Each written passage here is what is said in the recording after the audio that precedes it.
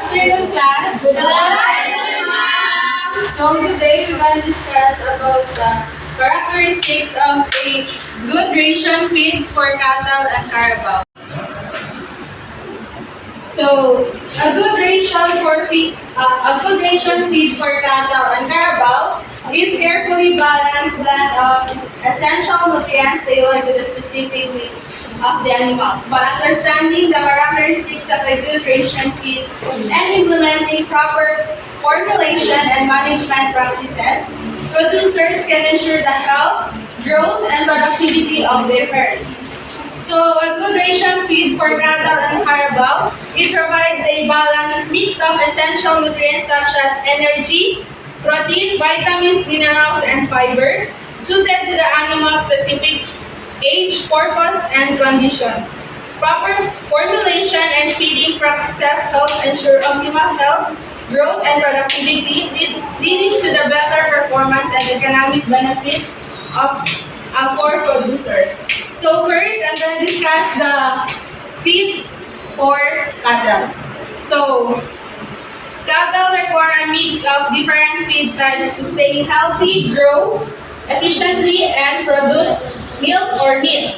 So first, we have the rapages that are high in fiber feeds. We have here examples of like napier grass, or silage, rice straw, legume maize like itil, and rason. So here's the examples of rapages that is high fiber feeds. So the function of these examples, it provides fiber for proper human function and prevent digestive problems. So next is the concentrates that is high energy or high protein feeds. We have first the energy sources. We have corn, rice bran, cassava, and molasses. So molasses, it already discussed by Ms. Safari. It made of sugar cane or sugar beets. So the function of these energy sources or the concentrates feeds it support growth, milk production, and reproduction.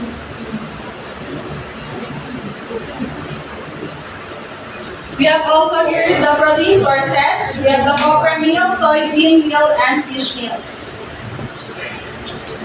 So now we're going to discuss the characteristics of a good ration for cattle. So in characteristics, we have balance.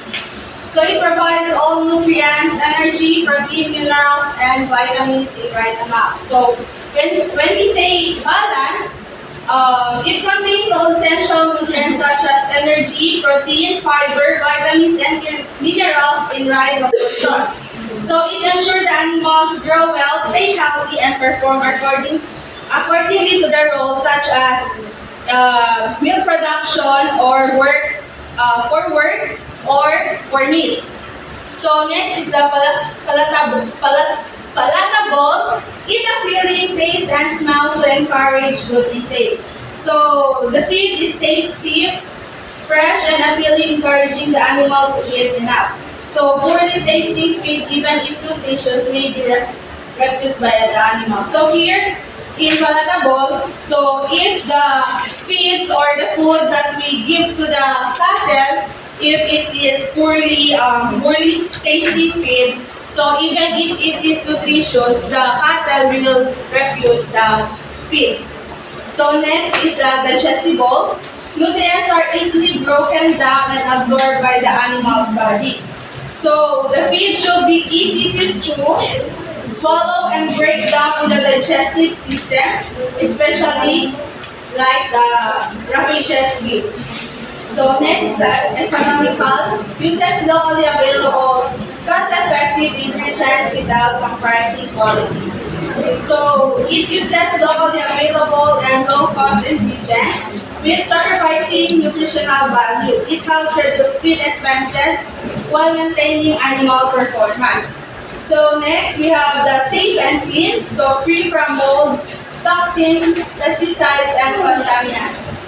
So free from mold, toxin, pesticide, small materials or foreign objects, It will keep the animals healthy and prevents disease or contamination in milk or milk production. So, next is the suited to meat. Matches the animal's purpose such as growing, lactating, or fattening. So, the feed should match the animal's specific role or stage. So, example, a drop carabao needs more energy. So, a lactating one needs more protein and calcium. So, pag the cattle is in lactating stage, so the cattle needs more protein and calcium. So next is the available year-round. So ingredients are accessible across seasons to ensure consistent feeding.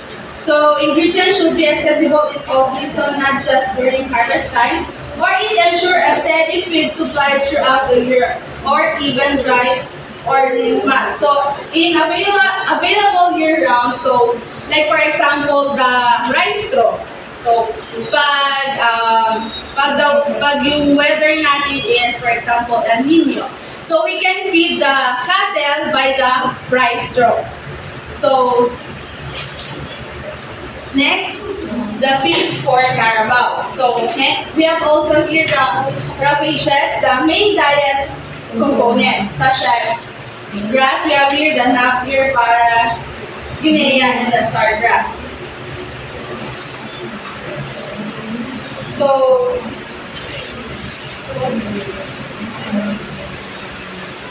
in legumes is we also have here the rhizome,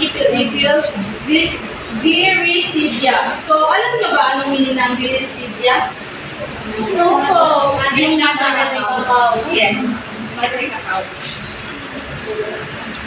Next is the crop residues. We have the rice straw, corn stover, and sugar tops. Sa silage naman or hay, we preserve the forage for dry season. Ito na yung for dry season na ginagawa ng mga farmer to feed their carabaos. So the next we have the concentrate feeds. It is to boost performance. So we have the energy sources. We have the rice bran, corn, molasses, and cassava. Usually, may different, may similarity lang sila sa feeds that we will feed for the carabao and cattle.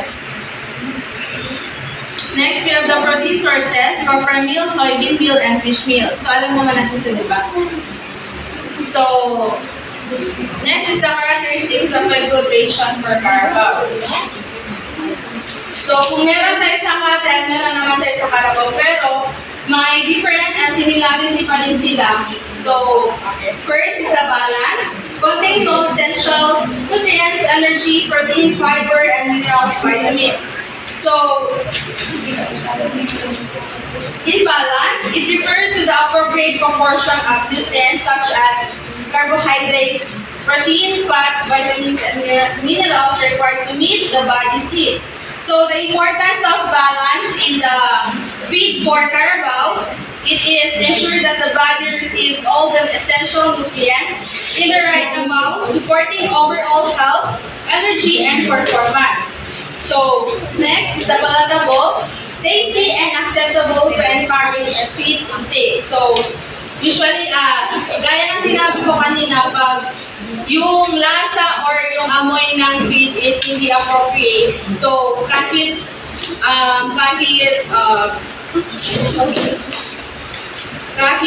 healthy siya, but the carabao will refuse the feed. So next is the digestible, easy to chew and absorb especially for ravages. So same lang din siya sa cattle. Sa economical, use the local, affordable ingredients without compromising nutrition.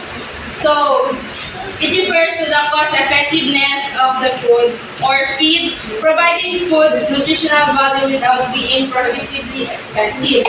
So, next, we have the clean and safe, free from mold, toxins, spoiled feed, or foreign materials.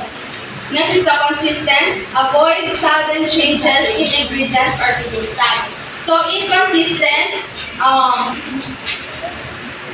It refers to the uniformity and reliability of the food or feed's quality, nutrient content, and appearance over time. So, it consistency ensures that the consumer or the animal or human gets the same nutritional benefits with every meal with a crucial for maintaining health and performance over time. Next is the purpose driven. Matches the animal's role, such as the milk or meat production. So refers to the specific goals or objectives that the food or feed is designed to achieve, such as supporting growth, improving performance, or enhancing recovery. So it's also formulated with a specific intention in mind, such as boosting the performance of the Carabao, kasi usually yung Carabao is we use for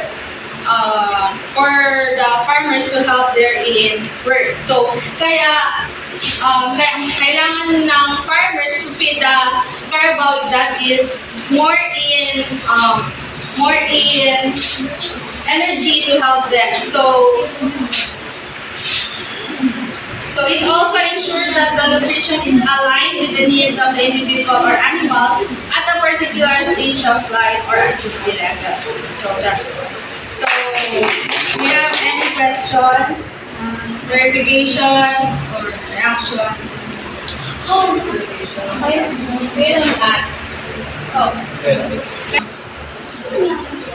So my question is, why we need to give the good ration of feeds for the cattle and for Carabao? They grow healthy and grow stronger. Yes, Miss Abati. So that the cattle and Carabao will be healthy and they will grow fast. So that's all.